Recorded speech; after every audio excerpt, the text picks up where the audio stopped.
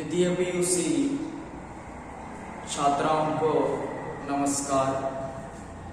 आज आप लोगों के सामने मैं चर्चा करूंगा प्रतिशोध एकांकी को लेकर, जिसके लेखक है डॉक्टर रामकुमार वर्मा।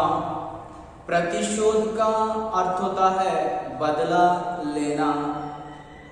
ಹಾಗಾದ್ರೆ ದ್ವಿತೀಯ ಪಿಯುಸಿ ವಿದ್ಯಾರ್ಥಿನಿಯರಿಗೆ ಇವತ್ತು ಪ್ರತಿಶೋಧ ಡಾಕ್ಟರ್ ರಾಮಕುಮಾರ್ ವರ್ಮಾ ಅವರು ಬರೆದಂತಹ ಏಕಾಂಕಿಯ ಬಗ್ಗೆ ಚರ್ಚೆ ಮಾಡೋಣ।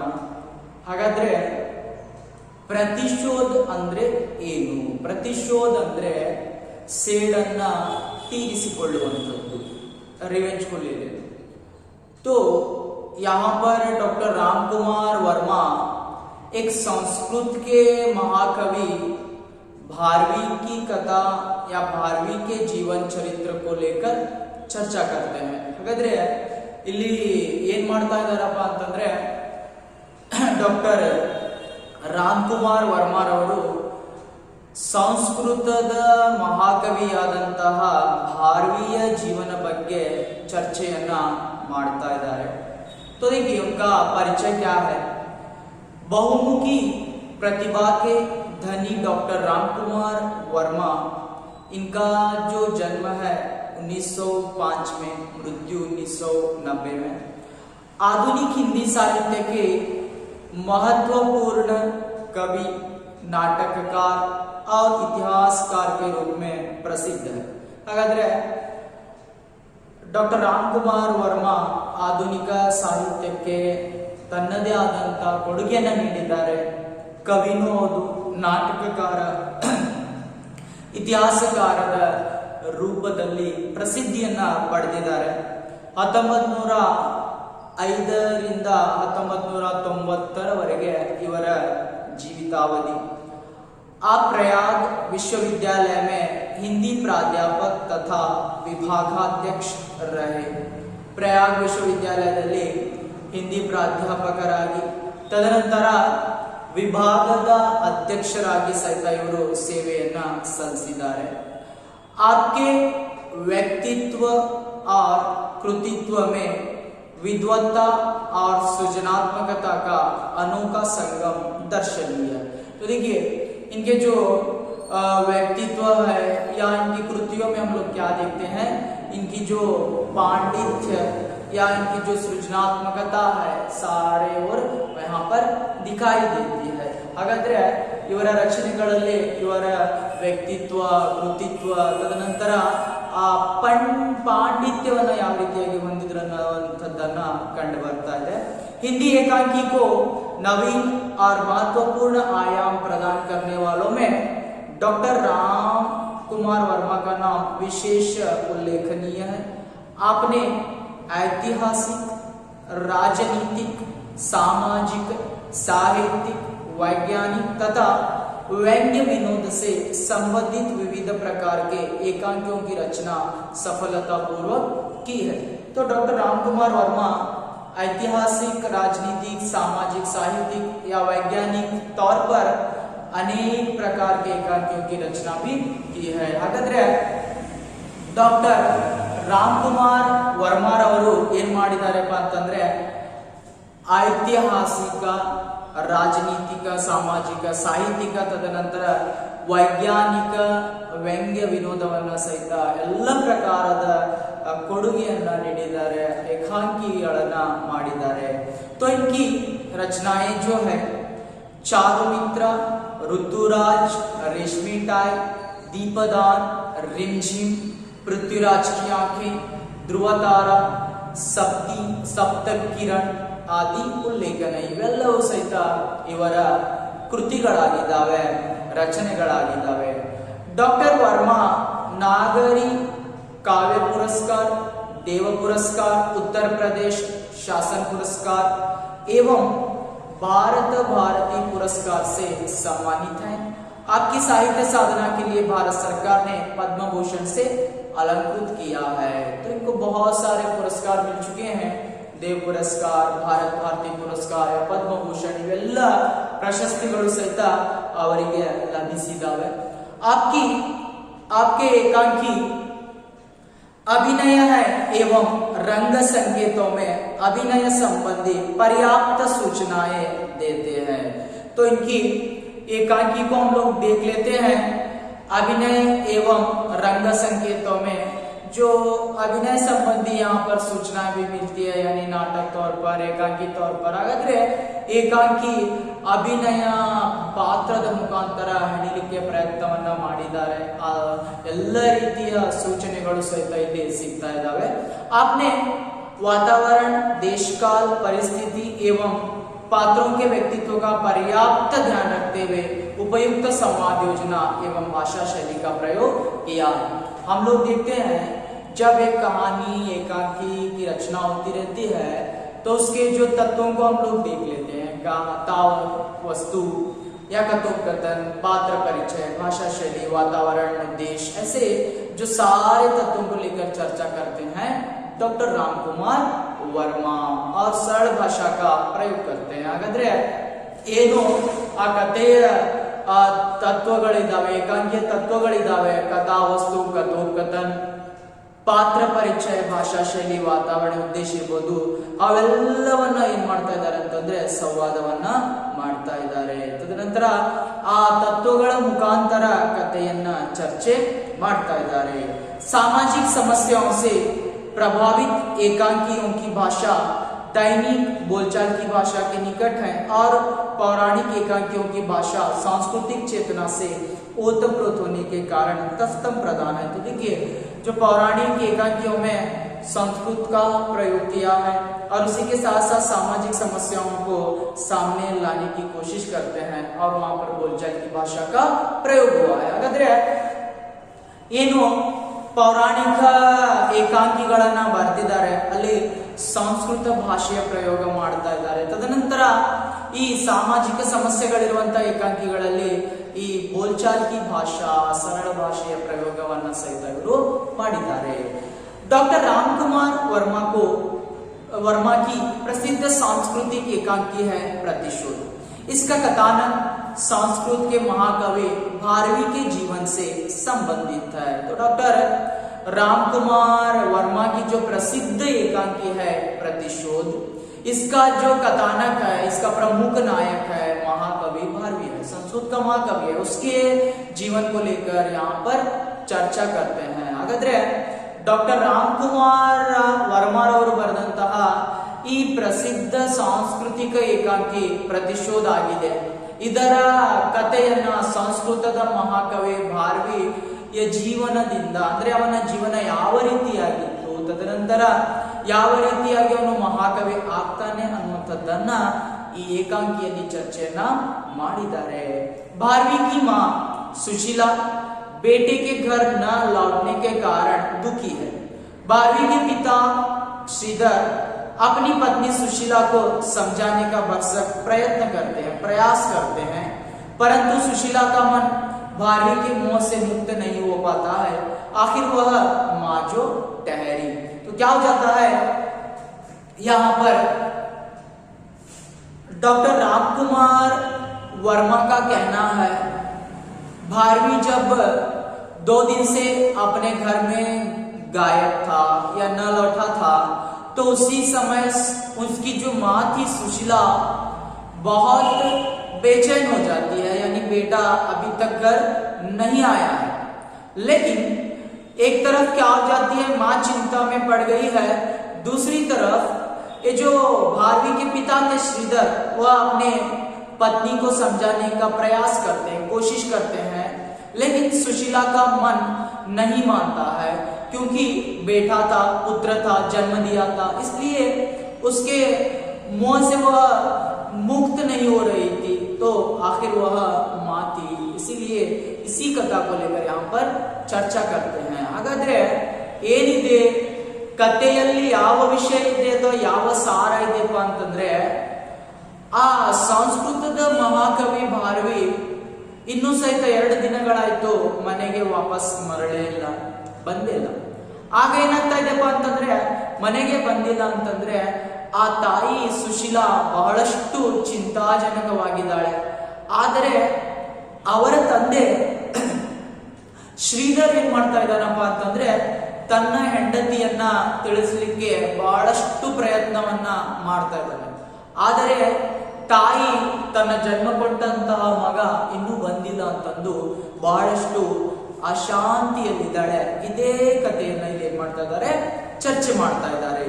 भारवी शास्त्रार्थों में अनेक पंडितों को परास्त तो करता है, साथ ही साथ अहंकार भी बन जाता है, अहंकारी भी बन जाता है. परंतु पिता श्रीधर चाहते हैं कि भारवी अहम को त्याग दे, अन्यथा वह जीवन में उन्नति नहीं कर पाएगा. तो क्या हो जाता है, यहाँ पर भारवी एक महाकवि था. महाकवि होने के कारण वह अपने पांडित्य से शास्त्रार्थों में सारे आसपास के गांव के पंडितों को हरा देता था. और हरा देने से उसके मन में अहंकार बढ़ता था, क्योंकि मैं ज्ञानी हूं, मैं महाकवि हूं और मैं सारे लोगों को हरा देता हूं. लेकिन उनके जो पिता थे श्रीधर, उस अहंकार को दूर करना चाहते थे, त्याग देना चाहते थे और जीवन में उन्नति वह क्या हो जाता था, नहीं वहां पर कर पाता था. उनके पिता समझते थे अगर मेरे बेटे के मन में अहम है तो वह कभी भी उन्नति नहीं कर पाएगा. उसे दूर करना चाहते थे श्रीधर, उनके पिता. ಹಾಗಾದ್ರೆ ಏನಾಗ್ತಾ ಇದೆ, ಭಾರವಿ ಒಬ್ಬ ಮಹಾಕವಿ, ಪಾಂಡಿತ್ಯವನ್ನ ಹೊಂದಿದಂತಹ ಮಹಾಕವಿ, ತನ್ನ ಶಾಸ್ತ್ರಾರ್ಥಗಳಿಂದ ಅಕ್ಕಪಕ್ಕದ ಊರಿನ ಯಾವುದೇ ಪಂಡಿತರು ಬರಲಿ ಎಲ್ಲರನ್ನ ಸೋಲಿಸುವಂತಹ ಶಕ್ತಿ ಅಥವಾ ಜ್ಞಾನ ಅವನಲ್ಲಿ ಇತ್ತು. ಆದರೆ ಯಾವಾಗ ಅವನು ಎಲ್ಲರನ್ನ ಸೋಲಿಸ್ತಾ ಇದ್ದ, ಅದೇ ರೀತಿಯಾಗಿ ಅವನ ಮನಸ್ಸಿನಲ್ಲಿ ಅಹಂಕಾರ ಬೆಳೀತಾ ಇತ್ತು.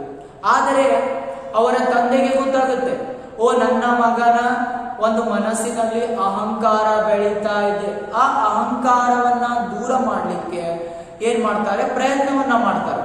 ಯಾಕಂತಂದ್ರೆ ಅವರಿಗೆ ಗೊತ್ತಿತ್ತು, ಒಂದು ವೇಳೆ ನನ್ನ ಮಗ ತನ್ನಲ್ಲಿದ್ದಂತಹ ಆ ಜ್ಞಾನದ ಬಗ್ಗೆ ಅಹಂಕಾರವನ್ನ ಮಾಡ್ಕೊಳ್ತಾ ಇದ್ದಾನೆ, ಅಹಂಕಾರ ವ್ಯಕ್ತಪಡಿಸ್ತಾನಂದ್ರೆ ಅವನು ಪ್ರಗತಿಯನ್ನ ಸಾಧಿಸೋದಿಲ್ಲ. ಹಾಗಾದ್ರೆ ಆ ಒಂದು ಅಹಂಕಾರವನ್ನ ದೂರ ಮಾಡಲಿಕ್ಕೆ ಪ್ರಯತ್ನವನ್ನ ಮಾಡ್ತಾ ಇದ್ರು. श्रीधर अन्य पंडितों के सम्मुख ही अपने बेटे की भर्त्सना करते हैं. परिणाम स्वरूप भारवी तलवार से पिता की हत्या कर प्रतिशोध लेना चाहता है. तो क्या होता है, श्रीधर जो है वहां पर अन्य पंडितों के सामने या भरी सभा में अपने बेटे भारवी की भर्त्सना करते हैं, यानी निंदा करते हैं. और उसी निंदा को याद रखकर या उसी निंदा से बुरा मानकर भारवी 2 दिन से गायब था. और 2 दिन के बाद वह क्या करता है, तलवार लेकर अपने पिता की हत्या करना चाहता था. ಹಾಗಾದ್ರೆ ಶ್ರೀಧರ್ ಏನ್ ಮಾಡ್ತಾ ಇದ್ದಾರೆ ಅಂದ್ರೆ, ನನ್ನ ಮಗನ ಅಹಂಕಾರವನ್ನ ದೂರ ಮಾಡ್ಬೇಕಂತಂದು ತುಂಬಿದ ಸಭೆಯಲ್ಲಿ, ಕವಿಗೋಷ್ಠಿಯಲ್ಲಿ ಆ ಭಾರವಿಯ ನಿಂದನೆಯನ್ನ ಮಾಡ್ತಾರೆ, ಭರ್ತ್ಸನ ನಿಂದನೆಯನ್ನ ಮಾಡ್ತಾರೆ. ಆಗ ಆ ನಿಂದನೆಯನ್ನ ಸಹಿಸಿಕೊಳ್ಳಲಾರದೆ ಭಾರವಿ ಏನ್ ಮಾಡ್ತಾ ಇದ್ದಾನೆ ಅಂತಂದ್ರೆ 2 ದಿನದಿಂದ ಮನೆಯಿಂದ ಹೊರಗಿದ್ದಾನೆ. ಯಾಕೆ ಹೊರಗಿದ್ದಾನೆಪ್ಪ ಅಂತಂದ್ರೆ ಆ ಖಡ್ಗವನ್ನ ತೆಗೆದುಕೊಂಡು ಬಂದಿದ್ದಾನೆ. ಹೇಗಾದರೂ ಮಾಡಿ ನಾನು ನನ್ನ ತಂದೆಯ ಹತ್ಯೆಯನ್ನ ಮಾಡಬೇಕು. ಯಾಕಪ್ಪ ಅಂತಂದ್ರೆ ನನ್ನ ತಂದೆ ನನಗೆ ತುಂಬಿದ ಸಭೆಯಲ್ಲಿ, ಕವಿಗೋಷ್ಠಿಯಲ್ಲಿ ಅವಮಾನವನ್ನ ಮಾಡಿದ್ದಾರೆ. ಹಾಗಾಗಿ ತನ್ನ ತಂದೆಯಿಂದ ಸೇಡನ್ನ ತೀರಿಸಿಕೊಳ್ಳಕ್ಕೆ ತಯಾರಾಗ್ತಾ ಇದ್ದಾನೆ. ಯಾರು, ಭಾರವಿ. भारवी को जब पिता के उद्देश्य का पता चलता है तो वह प्रायश्चित के रूप में उनसे दंड की याचना करता है. तो देखिए क्या जाता है, जैसे ही वह पिता की हत्या करने के लिए आ गया था, लेकिन उसी समय उसे पता चलता है मेरे पिता जो भी सोचा, मेरे भलाई के लिए सोचा और मेरे प्रगति उन्नति के लिए सोचा, तो वह प्रायश्चित के रूप में अपने पिता से दंड चाहता था या याचना करता है, अरे पिताजी मुझे आप दंड दे दे, क्योंकि मैंने आपको गलत समझा लेकिन आप मुझे सुधारना चाहते थे। ಆಗ ಆ ಭಾರ್ವಿ ಖಡ್ಗವನ್ನ ತೆಗೆದುಕೊಂಡು ಬಂದು ನಿಂತಿದ್ದಾನೆ. ಆದ್ರೆ ಅವನಿಗೆ ಗೊತ್ತಾಗುತ್ತೆ, ಏನಪ್ಪ, ನನ್ನ ತಂದೆ ನನ್ನಲ್ಲಿರುವಂತಹ ಅಹಂಕಾರವನ್ನ ಕಡಿಮೆ ಮಾಡ್ತಾ ಇದ್ರು. ಆಗ ಏನಾಗ್ತಾ ಇದೆಪ್ಪ ಅಂತಂದ್ರೆ, ಆ ಪ್ರಾಯಶ್ಚಿತವಾಗಿ ತನ್ನ ತಂದೆಯ ಒಂದು ಏನು ತಂದೆ ಅಭಿವೃದ್ಧಿಯನ್ನ ಅಥವಾ ಪ್ರಗತಿಯನ್ನ ಅಥವಾ ಉನ್ನತಿಯನ್ನ ಮಾಡಲಿಕ್ಕೆ ಪ್ರಯತ್ನ ಮಾಡ್ತಾ ಇದ್ರು, ನಾನು ತಂದೆಯ ಬಗ್ಗೆ ತಪ್ಪು ತಿಳ್ಕೊಂಡೆ ಅಂತಂದು ಪ್ರಾಯಶ್ಚಿತವಾಗಿ ತನ್ನ ತಂದೆಯ ಮುಂದೆ ನನಗೆ ಶಿಕ್ಷೆಯನ್ನ ದಂಡವನ್ನ ಕೊಡಿ ಅಂತೇಳಿ ಯಾಚನೆಯನ್ನ ಮಾಡ್ತಾನೆ. ಶ್ರೀಧರ್ भारवी को 6 मास तक श्वसुरालय में जाकर सेवा करने और झूठे भोजन पर अपना पोषण करने का दंड सुनाते हैं। तो वहां पर अगर भारवी नहीं मानता था, फिर भी अंत में श्रीधर उसे ऐसा दंड देते हैं, 6 महीने तक अपने श्वसुरालय मतलब पत्नी के घर जाना है और जाकर वहां पर उनकी माता पिता की सेवा करना है और 6 महीने तक झूठा भोजन करना है. ಹಾಗಾದ್ರೆ ಯಾವ ರೀತಿಯ ಶಿಕ್ಷೆಯನ್ನ ಕೊಡ್ತಾ ಇದ್ದಾರೆಪ್ಪ ಅಂತಂದ್ರೆ, 6 ತಿಂಗಳದವರೆಗೆ ನೀನು ನಿನ್ನ ಹೆಂಡತಿಯ ಮನೆಗೆ ಹೋಗ್ಬೇಕು. ಹೆಂಡತಿಯ ಮನೆಗೆ ಶ್ವಸುರಾಲಯ ಅಂದ್ರೆ ಹೆಂಡತಿಯ ಮನೆಗೆ ಹೋದ್ರೆ ಅಲ್ಲಿ ಅವರ ತಂದೆ ತಾಯಿಯ ಸೇವೆಯನ್ನ ಮಾಡಬೇಕು. ತದನಂತರ ಏನು ಅವರು ಊಟವನ್ನ ಮಾಡಿ ಬಿಟ್ಟಿರ್ತಾರೆ, ಆ ಎಂಜಲು ಅನ್ನವನ್ನ, ಆ ಅನ್ನದಿಂದ ನೀನು ಜೀವನವನ್ನ ಸಾಗಿಸಬೇಕು. ಎಷ್ಟು ತಿಂಗಳ? 6 ತಿಂಗಳ. भारवी पितृवाक्य का पालन करता है, परिणाम स्वरूप उसका अहंकार मिट जाता है. तो भारवी क्या हो जाता है, वहां पर पिता के वाक्य को मान लेता है और उसका अहंकार भी दूर हो जाता है. ಹಾಗೆ ತಂದೆಯ ಒಂದು ಆಜ್ಞೆಯನ್ನ ಪಾಲಿಸ್ತಾನೆ. ತದನಂತರ ಅವನಲ್ಲಿದ್ದಂತಹ ಅಹಂಕಾರ ಏನಾಗ್ಬಿಡುತ್ತೆ, ದೂರವಾಗುತ್ತೆ. अंततः वह किरातार्जुनीयम महाकाव्य की रचना कर महाकवि भारवी बनता है. तो अंत में वह अपने पिता की बात को मान लेता है. मान लेने के बाद एक जो महाकाव्य की रचना करता है, किरातार्जुनीयम रचना करके महाकवि भारवी बन जाता है.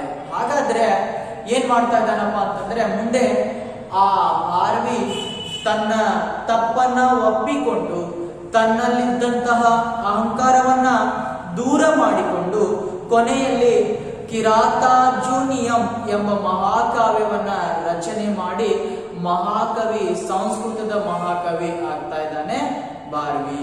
ये जो संक्षिप्त में कथा थी, तो इसमें पात्र आते हैं. तो पात्र देखिए यहाँ पर, भारवी जो है संस्कृत के महाकवि है, श्रीधर संस्कृत के महापंडित है यानी भारवी के पिता, सुशीला जो है भारवी की माता है, सुशीला भारवी और ताईगढ़. और यहाँ पर क्या है, भारतीय एक विदुषी है और आबा है, यहाँ पर ಸೇವಿಕಾ है. ಹಾಗಾದ್ರೆ ಇಷ್ಟು ಪಾತ್ರಗಳು ಇದರಲ್ಲಿ ಬರ್ತಾ ಇದ್ದಾವೆ. ಈ ಪಾತ್ರಗಳ ಮುಖಾಂತರ ಏನಾಗ್ತಾ ಇದೆಪ್ಪ ಅಂತಂದ್ರೆ, ಈ ಕತೆ एकांकी प्रारंभवागता है. तो इस एकांकी कथा जो है इतने पात्रों से आगे बढ़ जाती है. तो मैं आप लोगों को बता दूंगा, चर्चा करूंगा. आपके पास किताब को देखते हुए, आप शब्दार्थों को देखते हुए कहानी को सुनना है. श्रीधर ग्रंथ देखते हुए श्लोक पढ़ते हैं. ಹಾಗಾದ್ರೆ ಶ್ರೀಧರ್ ಭಾರ್ವಿಯವರ ತಂದೆ ग्रंथवನ್ನ ಓದ್ತಾ ಓದ್ತಾ ಶ್ಲೋಕವನ್ನ ಓದ್ತಾ ಇದ್ದಾರೆ. ಶ್ಲೋಕ ಪढ़ रहे हैं. क्या है? श्रीधर ईशावास्यमिन्दं सर्व यत्किंचित् जगत्या जगत तेन त्यक्तेन भुञ्जित्था मा गृधः कस्य स्विद्धनम्. तो बताते हैं इस श्लोक को पढ़कर, अर्थात तो यहाँ पर बताते हैं, अर्थात जगत में जो कुछ स्थावर और जंगम है वह सब ईश्वर के द्वारा आच्छादित है। तो उनके संस्कृत श्लोक का वहां पर अर्थ था, इस संसार में जो भी स्थावर जंगम यानी जो भी जाति की हो यानी ईश्वर के ज्यादा यहाँ पर जन्म ले चुके हैं। ಹಾಗಾದ್ರೆ ಈ ಸಂಸಾರದಲ್ಲಿ ನೋಡಿ ಆ ಶ್ಲೋಕದ ಅರ್ಥವನ್ನು ಅವರು ಹೇಳ್ತಾರೆ, ಈ ಸಂಸಾರದಲ್ಲಿ ಯಾರಿರಲಿ ಸ್ಥಾವರ ಜಂಗಮ ಯಾರಿದ್ರೂ ಸಹಿತ ಎಲ್ಲರೂ ईश्वरನಿಂದ ಜನ್ಮವನ್ನ ಪಡೆದಿದ್ದಾರೆ। तात्पर्य संसार के क्रोध में भगवान की ही सत्ता है। देखिए क्या है, ये जो संसार के क्रोध में यानी गोद में भगवान की सत्ता, भगवान का अस्तित्व है, अधिकार है। यानी ये जो दुनिया है अगर यहाँ पर आगे बढ़ रही है तो इसके लिए कारण कौन है? भगवान ही है, यानी भगवान की देन है। ಹಾಗಾದ್ರೆ ಈ ಸಂಸಾರದ ಮಡಿಲಿನಲ್ಲಿ ಭಗವಂತನ ಅಸ್ತಿತ್ವ ಇದೆ ಅನ್ನುವಂಥದ್ದನ್ನ ಹೇಳ್ತಾ ಇದ್ದಾರೆ। ಯಾಕಪ್ಪ ಅಂತಂದ್ರೆ ನಾವೇನೇ ಕಾರ್ಯಗಳನ್ನ ಮಾಡ್ತಾ ಇದೀವಿ ಅಂತಂದ್ರೆ ಅದಕ್ಕೆ ಕಾರಣ ಯಾರು? भगवंत। तो नाम रूपात्मक बाहरी विकारों के परित्याग से वास्तविक सत्ता जो ईश्वर की है उसका स्वाद तेन त्यक्तेन भुंजीता। सुशीला की ओर देखते हुए तुम ध्यान से सुन रही हो। देखिए क्या हो रहा है, अगर हम लोग नाम के तौर पर बाहरी तौर पर अनेक जो यहाँ पर अलग अलग धर्मों के तहत चलते हैं, लेकिन वास्तविक तौर पर क्या है, ईश्वर की जो देन है यानी स्वाद तेन त्यक्तेन भुंजीता। यानी अगर हम लोग बाहरवी जो बाहर की तौर पर अलग अलग जाति धर्म के नाम से पहचाने जाते हैं, लेकिन भीतरी तौर पर सारा जो देन है अस्तित्व जो है किसका है? ईश्वर का है। ಹಾಗಾದ್ರೆ ನಾವೇನ್ ಮಾಡ್ತಾ ಇದ್ದೇವೆ, ನಾಮರೂಪವಾಗಿ ವಿವಿಧ ಹೆಸರುಗಳಿಂದ ಬೇರೆ ಬೇರೆಯಾಗಿ ಏನ್ ಮಾಡ್ತಾ ಇದ್ದೇವೆ ಅಂತಂದ್ರೆ ಈ ಪ್ರಪಂಚದಲ್ಲಿ ಗುರುತಿಸ್ಕೊಳ್ತಾ ಇದ್ದೇವೆ ಅನೇಕ ಧರ್ಮ ಜಾತಿಗಳಂತದ್ದು। ಆದರೆ ಅವ್ರು ಹೇಳ್ತಾ ಇದ್ದಾರೆ ಈ ಒಂದು ಎಲ್ಲ ರೀತಿಯಾಗಿ ನೈಜತೆಯಿಂದ ಅಥವಾ ಒಳಗಿನ ರೂಪದಿಂದ ನಾವು ನೋಡಿದ್ರೆ, ಸರಳ ಭಕ್ತಿಯನ್ನ ಮಾಡಿದ್ರೆ ಎಲ್ಲದಕ್ಕೆ ಕಾರಣ ಯಾರಿದ್ದಾರೆ? ಈಶ್ವರನಿದ್ದಾನೆ। तो ಆ ಶ್ಲೋಕದ ಅರ್ಥವನ್ನ ಹೇಳ್ತಾ ಹೇಳ್ತಾ ತನ್ನ ಹೆಂಡತಿಗೆ ಹೇಳ್ತಾರೆ, ಸುಶೀಲಾ ನೀನು ಕೇಳ್ತಾ ಇದೀಯಾ? क्या तुम सुन रही हो? सुशीला ध्यान मग्नता में चौंक कर औ सुन तो रही हूं किंतु भारवी। ಸುಶೀಲಾ ಹೇಳ್ತಾಳೆ ನಾ ಕೇಳ್ತಾ ಇದ್ದೀನಿ ಆದ್ರೆ ಭಾರ್ವಿನೇ ಇಲ್ಲಲ್ಲ ಮನೆಯಲ್ಲಿ। ಶ್ರೀಧರ್ बीच में ही भारवी, फिर भारवी, भारवी के पीछे वेद छोड़ दो, उपनिषद छोड़ दो, शास्त्र छोड़ दो। भारवी संसार में एक पुत्र है और तुम ही संसार में एक माता हो। देखिए वहां पर श्रीधर बताता है, अरे हमेशा भारवी भारवी कहती है, क्या तुम्हारे बेटे भारवी के पीछे वेदों को छोड़ दे, उपनिषदों को छोड़ दे, शास्त्रों को छोड़ दे? अरे क्या भारवी संसार में एक पुत्र है और तुम ही उसकी माता हो? अरे भारवी के बारे में छोड़ दो, उसकी चिंता छोड़ दो। ಆಗ ಶ್ರೀಧರ್ ಬಹಳ ಸಿಟ್ಟಿನಿಂದ ಬೈತಾನೆ, ಏನಪ್ಪಾ ಅಂತಂದ್ರೆ ಆ ಕೇವಲ ಯಾವಾಗ ನೋಡಿದ್ರು ಭಾರ್ವಿ ಭಾರ್ವಿ ಅಂತ ಹೇಳ್ತಾ ಇದೀಯಾ, ಅಥವಾ ಭಾರ್ವಿಯ ಹಿಂದೆ ವೇದಗಳನ್ನ ಬಿಡಲಿಕ್ಕಾಗತ್ತಾ, ಉಪನಿಷತ್ಗಳನ್ನ ಶಾಸ್ತ್ರಗಳನ್ನ ಬಿಡ್ಲಿಕ್ಕಾಗತ್ತಾ? ಏನು ಈ ಸಂಸಾರದಲ್ಲಿ ನಿನಗೆ ಒಬ್ಬನೇ ಮಗನಿದಾನ ಅಥವಾ ನೀನೇ ಒಬ್ಬಳು ತಾಯಿ ಇದೆಯಾ ಅಂತ ಹೇಳಿ ಬೈತಾ ಇದ್ದಾನೆ। सुशीला यह मैं नहीं जानती कहती, किंतु भारवी अभी तक नहीं आया। तो सुशीला बताती है ये मुझे सारा पता नहीं है, लेकिन भारवी अभी तक घर नहीं लौटा है। ಆಗ ಹೇಳ್ತಾಳೆ, ತಾಯಿ ನೋಡಿ ನೀವೇನು ವೇದ ಶಾಸ್ತ್ರ ಉಪನಿಷತ್ ಬಗ್ಗೆ ಹೇಳ್ತಾ ಇದ್ದೀರಾ ಅದೆಲ್ಲ ನನಗೆ ಗೊತ್ತಿಲ್ಲ, ಆದರೆ ನನ್ನ ಮಗ 2 ದಿನದಿಂದ ಕಾಣೆಯಾಗಿದ್ದಾನೆ, ಇನ್ನು ಬಂದಿಲ್ಲ ಅವನು। ಅಭಿ ತಕ್ नहीं आया है। श्रीधर नहीं आया तो जाएगा कहां? शिवा शिवा। फिर भारवी क्या कहूं सुशीला, भारवी तो उपनिषद से भी बढ़कर हो गया है कि उसके चिंतन में उपनिषद समाप्त हो गया। कोई चिंता नहीं, मैं कहता हूं भारवी है कवि और कवि समय पर शासन करता है। समय उस पर शासन नहीं करता, वह समस्त संसार को अपने में देखता है और अपने को समस्त संसार में, कवि संसार में रहकर भी संसार से परे हो जाता है। तो देखिए आपको प्रश्न आ जाता है कवि किस पर शासन करता है? तो समय पर। यहाँ पर श्रीधर बताते हैं, अरे सुशीला हमेशा भारवी भारवी कहती रहती हो, क्या आपका बेटा भारवी उपनिषदों से बढ़कर हो गया है? क्या उसके चिंता में मैं उपनिषद श्लोकों को या शास्त्रों को छोड़ दूं? और वो महाकवि है, महाकवि समय पर शासन करता है, अपना अधिकार चलाता है, लेकिन समय उस पर अधिकार नहीं चलाता। तो संसार में अगर देखेंगे तो सारे जो संसार में कवि जो है संसार से कभी भी परे हो जाता है, अलग हो जाता है, क्योंकि कवि है, कल्पना के तौर पर वहां पर सारी रचना करता है, तो वह संसार से परे भी हो सकता है, अलग भी हो सकता है।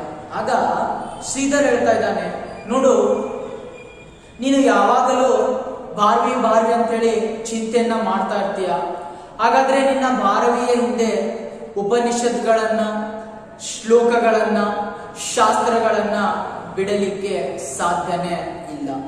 ತದನಂತರ ನಿನ್ನ ಮಗನ ಚಿಂತೆಯಲ್ಲಿ ಅವುಗಳನ್ನೆಲ್ಲವನ್ನ ನಾನು ಬಿಡಲಿಕ್ಕಾಗೋದಿಲ್ಲ. ಯಾಕಂತಂದ್ರೆ ಅವನು ಒಬ್ಬ ಮಹಾಕವಿ ಇದ್ದಾನೆ ಭಾರವಿ, ಅವನು ಸಮಯದ ಮೇಲೆ ಶಾಸನ ಆಡಳಿತವನ್ನ ಮಾಡ್ತಾನೆ. ಯಾಕಂದ್ರೆ ಸಮಯ ಅವನ ಮೇಲೆ ಆಡಳಿತಾಧಿಕಾರವನ್ನ ನಡೆಸೋದಿಲ್ಲ. ಹಾಗಾದ್ರೆ ಅವನು ತನ್ನ ಕಲ್ಪನೆಯ ಮುಖಾಂತರ ಅಥವಾ ತನ್ನ ಏನು ಆ ರಚನೆಗಳಿರ್ತವೆ ಅಥವಾ ಪಾಂಡಿತ್ಯದ ಮುಖಾಂತರ ಎಲ್ಲ ಸಂಸಾರವನ್ನ ತನ್ನ ಕಲ್ಪನೆಯಲ್ಲಿ ರಚಿಸ್ತಾನೆ. ಆದರೆ ಆ ಸಂಸಾರದಿಂದ ಬೇರೆ ಆಗುವಂತಹದ್ದ ಸಹಿತ ನಾವು ಕಾಣಬಹುದು. ಯಾಕಂದ್ರೆ ಅವನು ಕವಿ ಇದ್ದಾನೆ, ನೀ ಚಿಂತೆ ಮಾಡಬೇಡ. सुशीला, तो क्या भारवी कवि बनकर मेरा पुत्र नहीं रहा? तो सुशीला बताती है, अरे क्या भारवी जो कवि बनकर मेरा पुत्र नहीं है, मैं उसकी माँ हूं. ಹಾಗಾದ್ರೆ ಆಗ ಹೇಳ್ತಾಳೆ, ನೋಡು ಅವಳು ಆ ಭಾರವಿ ಕವಿ ಆದ್ರೆ ಹಾಗಾದ್ರೆ ನನ್ನ ಮಗ ಅಲ್ವಾ, ನನ್ನ ಮಗ ಸಾಧ್ಯನೇ ಇಲ್ವಾ? ಯಾಕೆ ನಾನು ನನ್ನ ಮಗನ ಬಗ್ಗೆ ಚಿಂತೆನ ಮಾಡಬಾರ್ದ? मैं चिंता नहीं कर सकती उसके बारे में. श्रीधर, पुत्र तो ही है ही, किंतु वह संसार का जनक भी है. जनक अपनी कल्पना से वह न जाने कितने संसारों का निर्माण कर सकता है. तो श्रीधर बताता है, आपका पुत्र तो है, लेकिन वह संसार का जनक है, महाकवि है, क्योंकि अपनी कल्पना से बहुत सारे संसार के, दुनिया की कल्पना वह कर सकता है, उसका निर्माण कर सकता है. ಆಗ ಶ್ರೀಧರ್ ಹೇಳ್ತಾನೆ, ನೋಡು ಅವನು ನಿನ್ನ ಪುತ್ರ ಇದ್ದಾನೆ ನಿಜ, ಆದರೆ ಅವನು ಸಂಸಾರದ ಜನಕನಾಗಿದ್ದಾನೆ, ಮಹಾಕವಿಯಾಗಿದ್ದಾನೆ. ತನ್ನ ಕಲ್ಪನೆಯಿಂದ ಅವನೇನ್ ಮಾಡ್ತಾ ಇದ್ದಾನೆ ಅಂತಂದ್ರೆ ಸಂಸಾರವನ್ನ ನಿರ್ಮಾಣ ಮಾಡ್ತಾ ಇದ್ದಾನೆ. सुशीला, तो क्या कल्पना से वह अपनी माता का भी निर्माण कर सकता है? तो सुशीला प्रश्न पूछती है, अरे क्योंकि माँ है, अरे क्या अपनी कल्पना से माता का निर्माण कर सकता है? नहीं है ना. ಆಗ ಚಿಂತಾಜನಕವಾಗ್ತಾಳೆ. ಹಾಗಾದ್ರೆ ತನ್ನ ಕಲ್ಪನೆಯಿಂದ ಸಂಸಾರ ನಿರ್ಮಾಣ ಮಾಡ್ತಾನ, ಸೃಷ್ಟಿಸ್ತಾನ, ಹಾಗಾದ್ರೆ ತಾಯಿಯನ್ನು ಸೃಷ್ಟಿಸಲಿಕ್ಕೆ ಸಾಧ್ಯನ ಅವನಿಗೆ? और वह करे भी तो कर ले, किंतु संसार में उसकी एक ही माता रहेगी और वह मैं हूं मैं. तो सुशीला बताती है, अरे वह अगर माता की भी कल्पना करता है तो कर ले, लेकिन संसार में उसकी एक ही माता है और वह मैं हूं और वह मेरा पुत्र है. ಆಗ ಸುಶೀಲಾ ಹೇಳ್ತಾಳೆ, ಹಾಗಾದ್ರೆ ಅವನು ತನ್ನ ಕಲ್ಪನೆಯಿಂದ ತಾಯಿಯ ಕಲ್ಪನೆ ಮಾಡ್ತಾನೆ ಅಂತಂದ್ರೆ ಮಾಡ್ಲಿ, ಸೃಷ್ಟಿಸ್ಕೊಳ್ಳಿ, ಆದರೆ ನಾನು ಮಾತ್ರ ಈ ಸಂಸಾರದಲ್ಲಿ ನಾನು ಒಬ್ಬಳೇ ಅವನ ತಾಯಿ ಅಂತೇಳಿ ಹೇಳ್ತಾ ಇದ್ದಾಳೆ. ಶ್ರೀಧರ್, हाँ माता तो तुम ही हो, किसी दिन शास्त्रार्थ करके देख लेना. तो श्रीधर बताता है, अरे माता तो तुम हो, लेकिन शास्त्रार्थ करके देख लेना. अगर शास्त्र को पढ़ लेना तुम भी क्या करोगी, अपने बेटे को भूल जाओगी. ಅಲ್ಲ, ಶ್ರೀಧರ್ ಹೇಳ್ತಾನೆ, ನೀ ತಾಯಿದಿ ನಿಜ, ಆದ್ರೆ ಆ ಶಾಸ್ತ್ರಗಳನ್ನ ಓದು ಅಥವಾ ಉಪನಿಷತ್ಗಳನ್ನ ಓದು, ಆಗ ನೀನು ಏನ್ ಮಾಡ್ತೀಯ, ನಿನ್ನ ಮಗನನ್ನ ಮರಿತೀಯ. तो सुशीला, शास्त्र के नियमों में माता का हृदय नहीं बांधा जा सकता. एक अंक के लिए आ जाता है, तो शास्त्र में किसका हृदय बांधा नहीं जाता, माता का. तो बताती है सुशीला, अरे शास्त्रार्थों में या शास्त्र के नियमों में ಮಾತಾ ಕೆ ಹೃದಯ ಕೋ ಕೋಯಿ ಭಿ ಬಾಂಧ नहीं सकता. ಹಾಗಾದ್ರೆ ಈ ಶಾಸ್ತ್ರದ ಆ ಚಿಂತನೆಯಲ್ಲಿ ಅಥವಾ ಆ ಶಾಸ್ತ್ರದ ನಿಯಮಗಳಲ್ಲಿ ತಾಯಿಯ ಹೃದಯವನ್ನ ಯಾರು ಏನ್ ಮಾಡ್ಲಿಕ್ಕೆ ಸಾಧ್ಯ ಇಲ್ಲ, ನಿಷೇಧಿಸಲಿಕ್ಕೆ ಅಥವಾ ಕಟ್ಟಲಿಕ್ಕೆ ಸಾಧ್ಯ ಇಲ್ಲ. श्रीधर तुम इस व्याकुलता से ऊपर उठो, शास्त्र का चिंतन करो. श्रीधर बताता है, अरे सुशीला तुम अपने बेटे के बारे में छोड़ दो, या उसकी व्याकुलता, उसकी जो चिंता है उसे छोड़ दो और ಶಾಸ್ತ್ರ का ಚಿಂತನ್ ಕರೋ. ಆಗ ಏನ್ ಹೇಳ್ತಾ ಇದ್ದಾನೆಪ್ಪ ಅಂತಂದ್ರೆ, ಶ್ರೀಧರ್ ಹೇಳ್ತಾನೆ, ನೋಡು ನೀನು ಈ ವ್ಯಾಕುಲತೆಯನ್ನ ಚಿಂತೆಯನ್ನ ಬಿಟ್ಬಿಡು, ಆದ್ರೆ ನಿನ್ನ ಆ ಶಾಸ್ತ್ರದ ಬಗ್ಗೆ ನೀನು ತಿಳಿದುಕೋ, ಅದ್ರ ಬಗ್ಗೆ ಯೋಚನೆ ಮಾಡು, ನಿನ್ನ ಮಗನ ಬಗ್ಗೆ, ನಿನ್ನ ಮಗನ ಚಿಂತೆಯನ್ನ ಬಿಟ್ಬಿಡು ಅಂತಂದು ಹೇಳ್ತಾ ಇದ್ದಾನೆ. सुशीला आप 12वीं के पिता है तो शास्त्र का चिंतन कर सकते हैं, मैं कैसे करूं? आज दूसरा दिन है और वह नहीं आया, और दिनों तो वह जल्दी आ जाया करता था, न जाने कहां होगा. तो सुशीला बताती है, अरे देखो आप 12वीं के पिता है तो शास्त्र का चिंतन करो, क्योंकि आपको बेटे की परवाह नहीं है, लेकिन मैं उसकी माता हूं, मैं माता होने के कारण उसकी चिंता करूंगी.